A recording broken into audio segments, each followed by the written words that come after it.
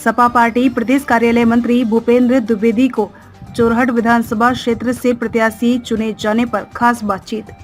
भूपेंद्र द्विवेदी ने बताया कि चोरहट में आज भी मूलभूत बहुत सी समस्याएं हैं, जिससे क्षेत्र की जनता आज भी परेशान हो रही है। जनता ने जिसको अवसर दिया था, उन्होंने भी क्षेत्र में विकास नहीं किया। इस क्षेत्र की जनता को आज शिक्षा, स्वास्थ्य, सड़क, रोजगार जैसी मूलभूत समस्याओं के लिए समस्याओं से जूझना पड़ रहा है। क्षेत्र में मुख्यमंत्री के सुपुत्र हैं, जिनकी वो पारंपरिक सीट है। पिछले चुनाव में तो हार भी गए थे, तो ये साफ दर्शाता है कि उन्होंने कुछ नहीं किया। और जो वर्तमान विधायक है, जिनके हाथ में जनता ने इस आशा के साथ ये उत्तरदायित्व दिया था कि ये हमारे लिए कुछ करेंगे, उन्होंने भी कुछ नहीं किया। उन्होंने बताया कि अगर क्षेत्र की जनता हमें अवसर देती है तो हम क्षेत्र की दशा और दिशा दोनों बदल देंगे। भोपाल से एमजी सरवर की रिपोर्ट।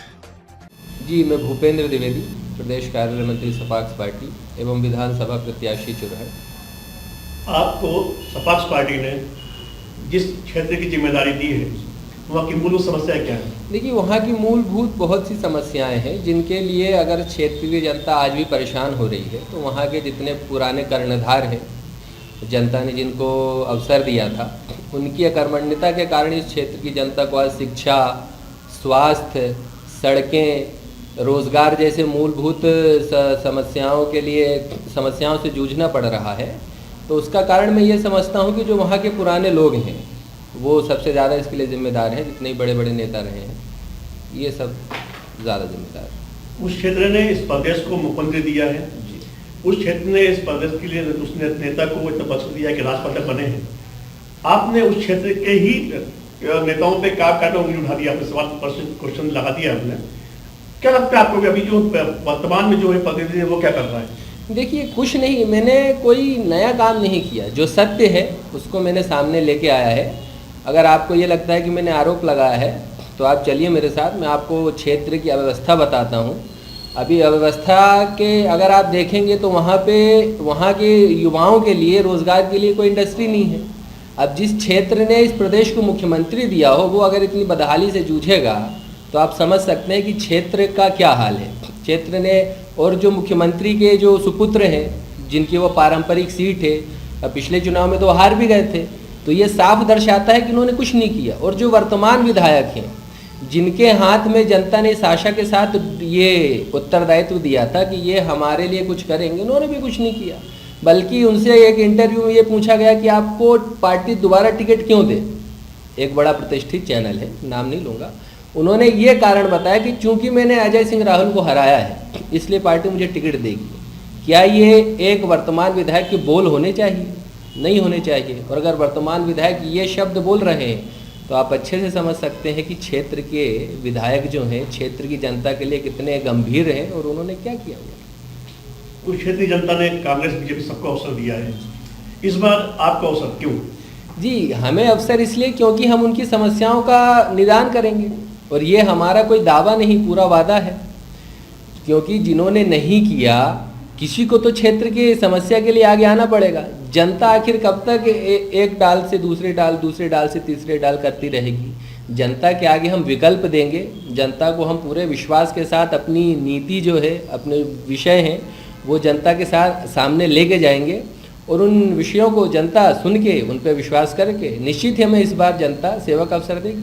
अभी कांग्रेस और भारतीय जनता पार्टी दोनों डेली कुछ नए नए घोषणा करते हैं, नए नए वादे कर रहे हैं, वचन पत्र में ला रहे हैं। इसका मुकाबला कैसे करेंगे? देखिए, उनके पास कुछ करने के लिए है नहीं। जो कल तक मुफ्त की रेवड़ी बताते थे, आज खुद मुफ्त की रेवड़ियों की अंबार लगाए हुए हैं, चाहे वो कांग्रेस हो, भाजपा हो। हमारे माननीय स्वघोषित मामा जी ने बोला, पहले 1000 रुपये देने का बोला, फिर 1250 की बात हो गई, फिर बढ़ के 3000 हो गया। कमलनाथ जी उससे एक कदम आगे चले गए कि साहब हम 1500 देंगे, सिलेंडर मुफ्त में देंगे। तो साहब, जनता आज की बड़ी समझदार है। आपने रोड दी नहीं है, आपने रोज़गार दिया नहीं है, आपने स्वास्थ्य की सुविधाएं दी नहीं है, आपने अच्छी शिक्षा की व्यवस्था दी नहीं है, तो आप कितना भी फ्री बांट लीजिए, जनता बड़ी होशियार है। जनता सब समझ रही है कि आपने 5 साल में कुछ नहीं किया, और आप चुनाव के 1 महीने पहले जो घोषणाएँ कर रहे हैं, वो क्यों कर रहे हैं। आपके आने के बाद उस क्षेत्र की तस्वीर, उस तस्वीर दोनों बदल जाएगी। बिल्कुल, ये हम उनको विश्वास दिलाएंगे, क्योंकि हम और नेताओं जैसे नहीं हैं कि जो चुनावी मेढकों की तरह वहाँ पे कूदेंगे और बाद में चुनाव निकल जाने के बाद हो गया अपने उसमें चले जाएंगे। हम पूर्ण रूपेण अपनी क्षेत्र की जनता को विश्वास दिलाते हैं कि हम चुनाव जीतने के बाद हम पूर्ण रूपेण क्षेत्र के लिए समर्पित रहेंगे, क्षेत्र की जनता के लिए समर्पित रहेंगे। जनता हमसे जब चाहे तब मिल सकती है। प्रत्येक समस्या को समस्या निदान शिविर लगा के उसका निदान किया जाएगा। हर व्यक्ति के घर पे जाके मिला जाएगा।